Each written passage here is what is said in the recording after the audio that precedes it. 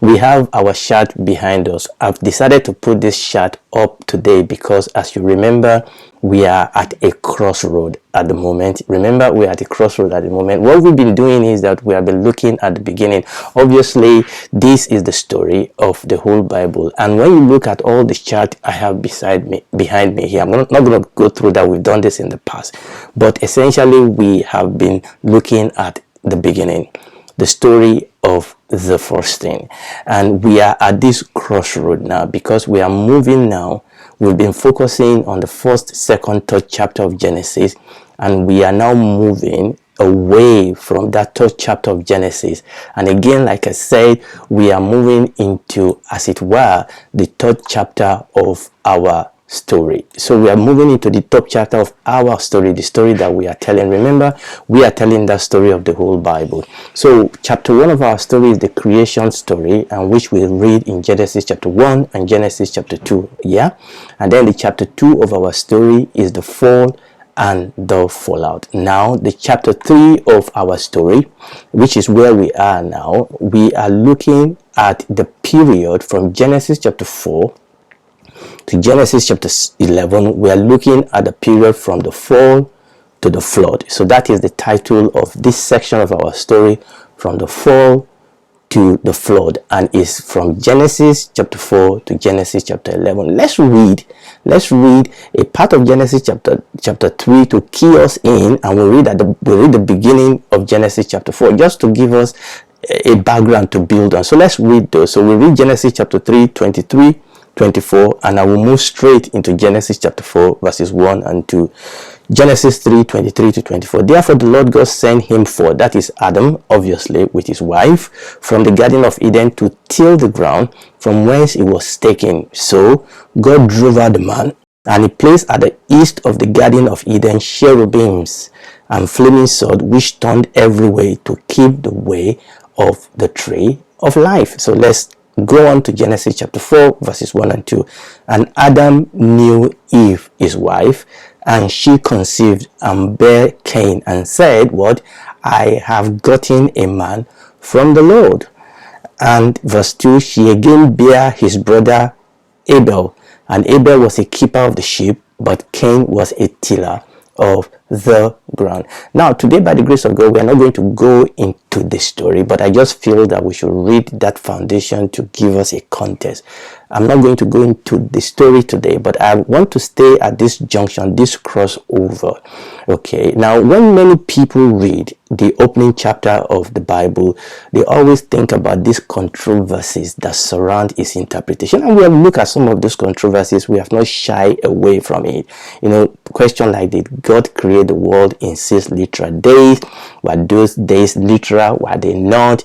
Is the book of Genesis historical? Is it not historical? What about the talking snake? What about the trees? And we have looked at some of these controversies. We've not shied away from these controversies, and I'm saying this because as we move into Genesis chapter 4 to chapter 11, we are going to bump into quite a number of controversies as we move along. When I say controversies, question that people ask. Unfortunately, some people ask this question because they don't want to believe, because they want to argue, because they want to prove that they know.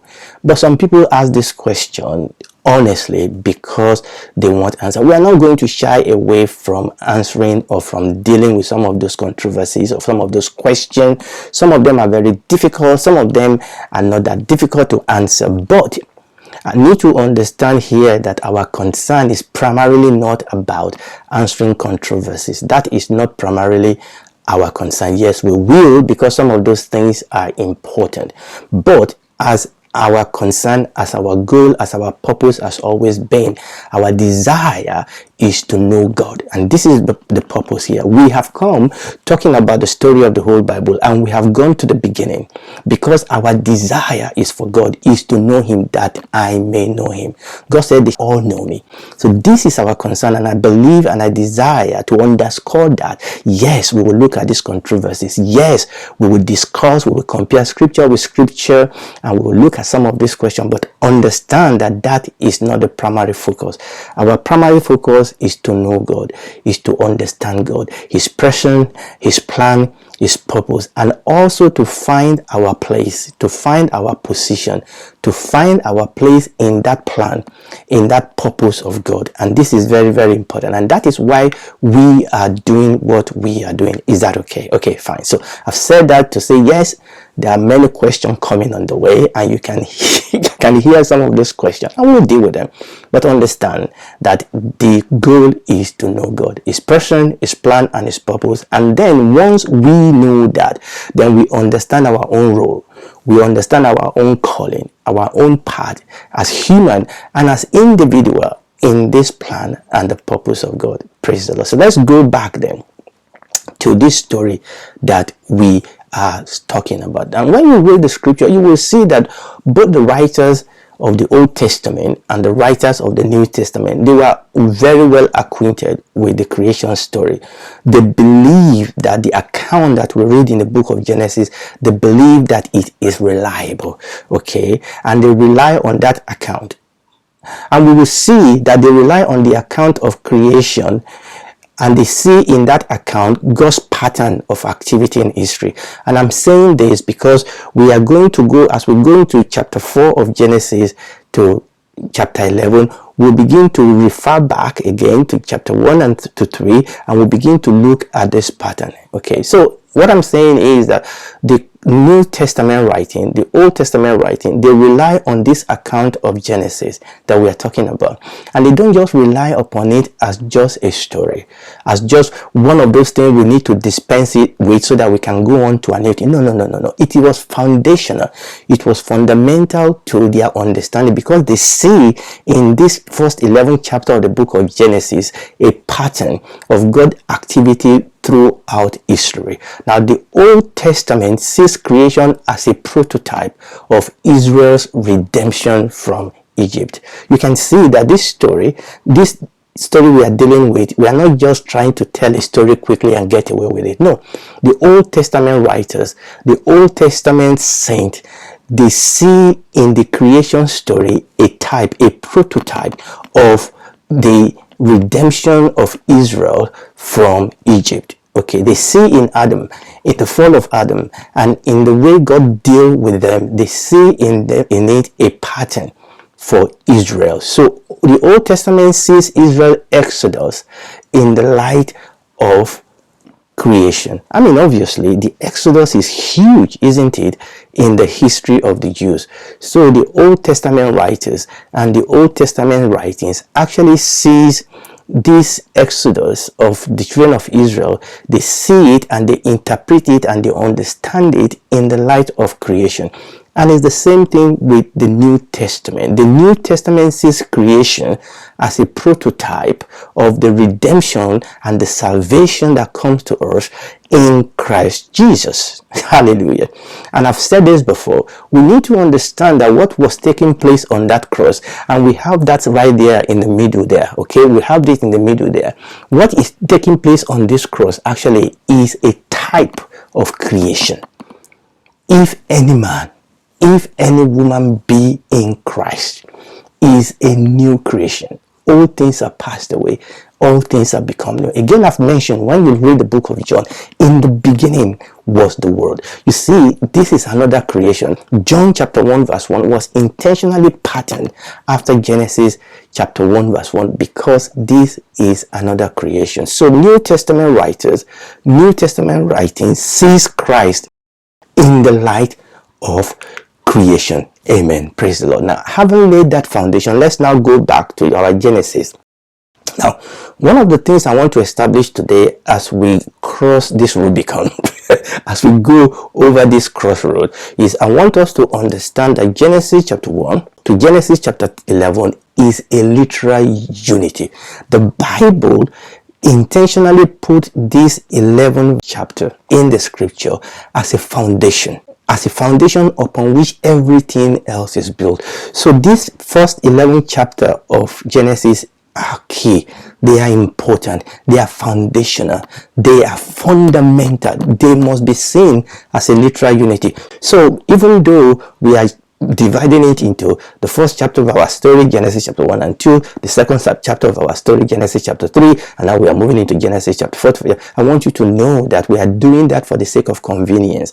These first 11 chapters, they are literal unity. We cannot and we must not separate the first 3 chapters from the rest of the 8 chapters. We have to see them together. Yes, there's a movement of the story. Yes, the story ebbs and flow, and we'll follow the ebbs and flow. So I want you to see this junction that we are. It is not a new chapter really. It is actually a new ebb and flow. Chapter 1 to chapter 11 of Genesis is absolutely a literal unity. We are looking at the second part.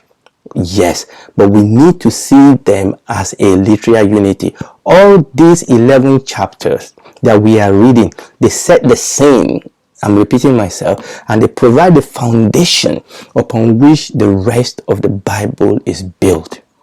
It's not just that we are doing something quickly to get into the real story. No, we are building foundation. And that is the reason why we have spent so much time.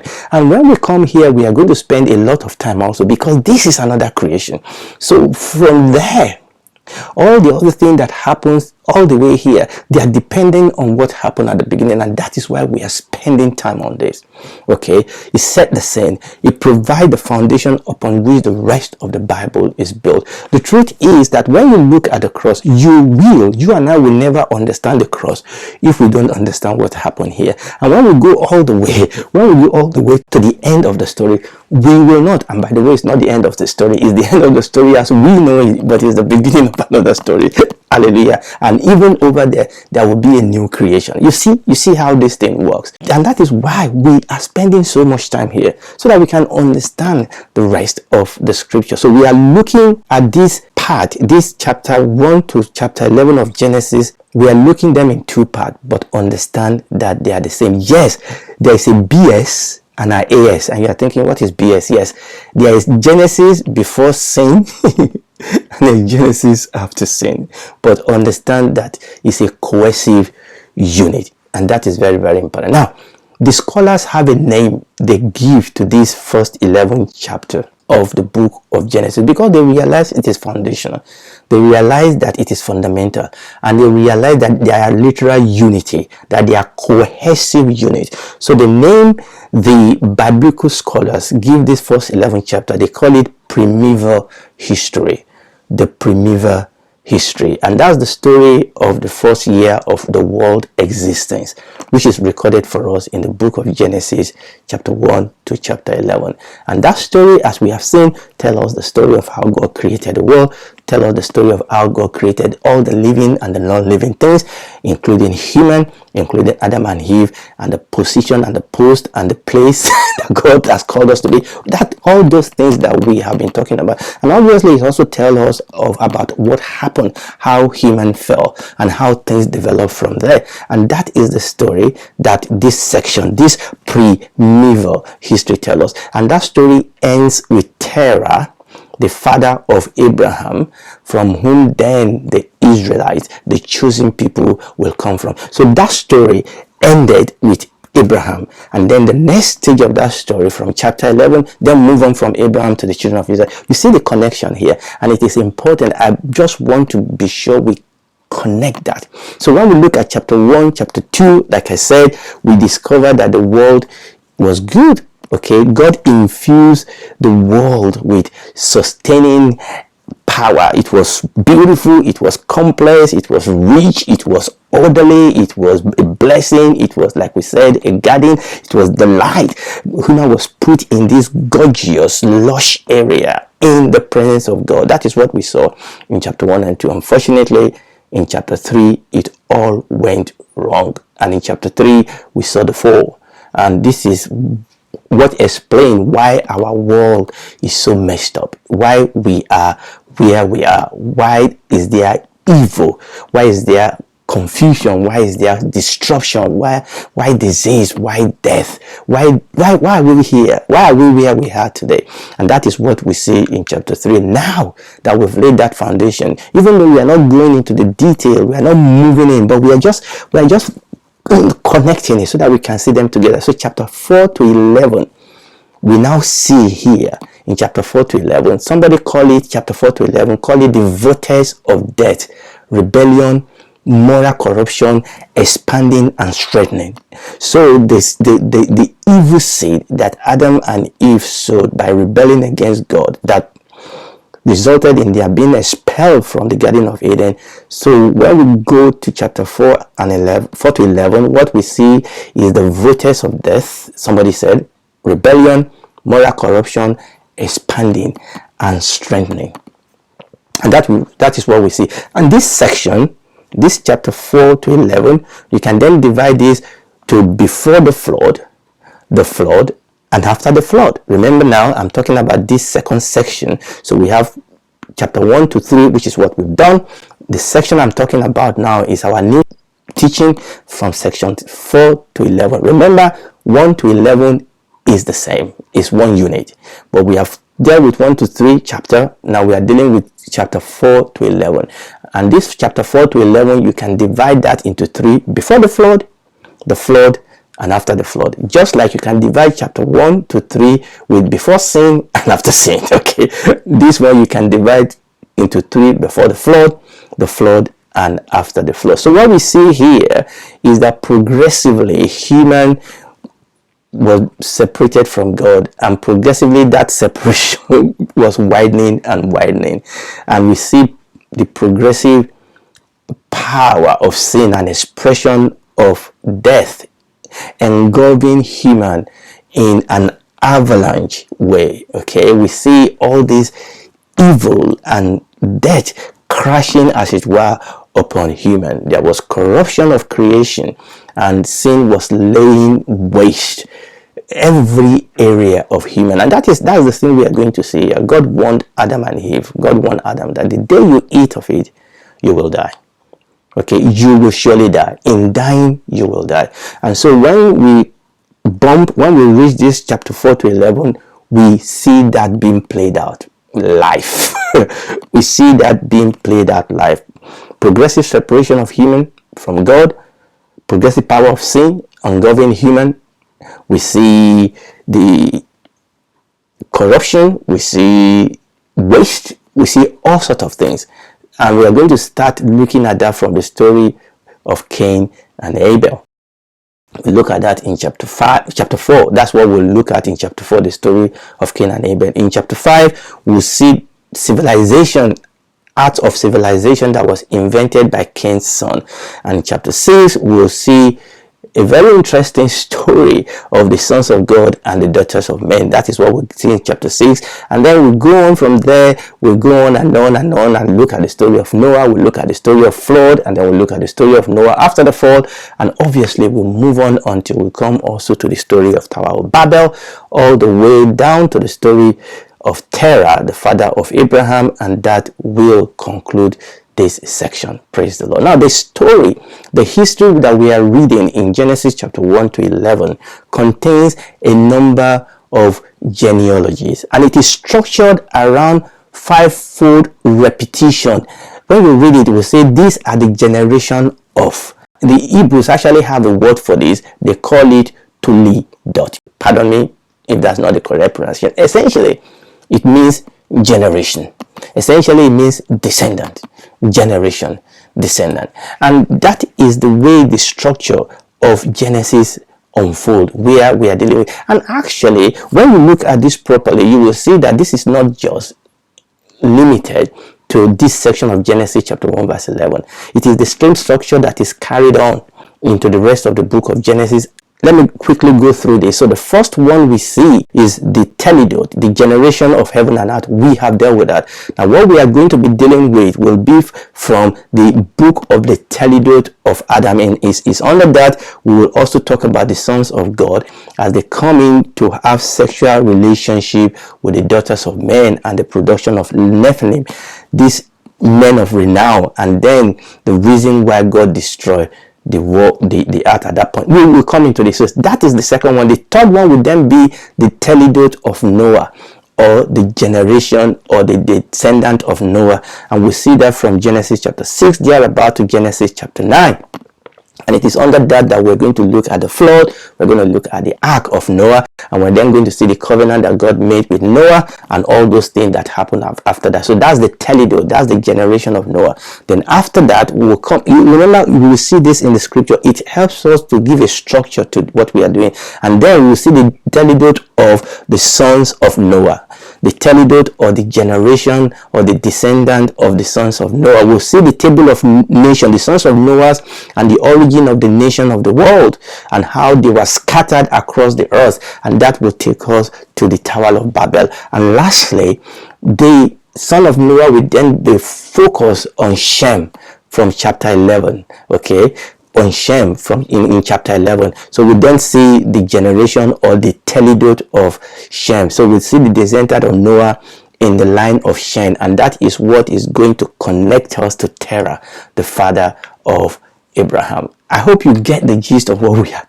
going to say. So, and when you read the scripture, you will see that the scripture suggests to us that there are 10 patriarchs between Adam and the flood. 10 patriarchs between Adam and the flood, and also there are 10 patriarchs between flood and Abraham.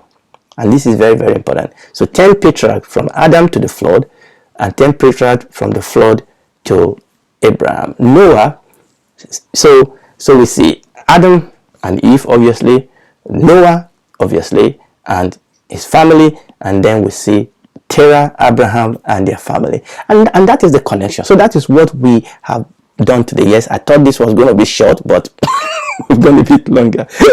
I hope you are finding this very, very informative, but not just informative. The whole idea is for us to be able to understand the story of the whole Bible, okay, because we need to, and this is how our faith develops. Praise the Lord. Amen. And if you are listening to me, listen, God created this world. This world, it has a beginning, and is going to do what? It's going to end. But the most important thing, what holds this together, is this middle, the person of our Lord Jesus Christ. This world has been messed up, but God is getting what He can't get out of this system, and He's going to shut it down and start a new creation. But it is what we do, our relationship with Him in this creation, that will decide where we spend eternity. Everybody will spend eternity somewhere. The question is where, whether we're going to spend it with God or away from God. But I'm begging you, spend it with God. Let's spend eternity with God. The way to do that is to allow Him to help us here, to be our God, to be our Savior. Okay, for God so loved the world that He gave His only begotten Son, that whosoever believe in Him will not perish but have everlasting life. And then He will come and He will save you, and then He will be your God. He will walk through this valley of shadow of death with you, and when this is all over, you will spend eternity with Him in the new heaven and the new earth.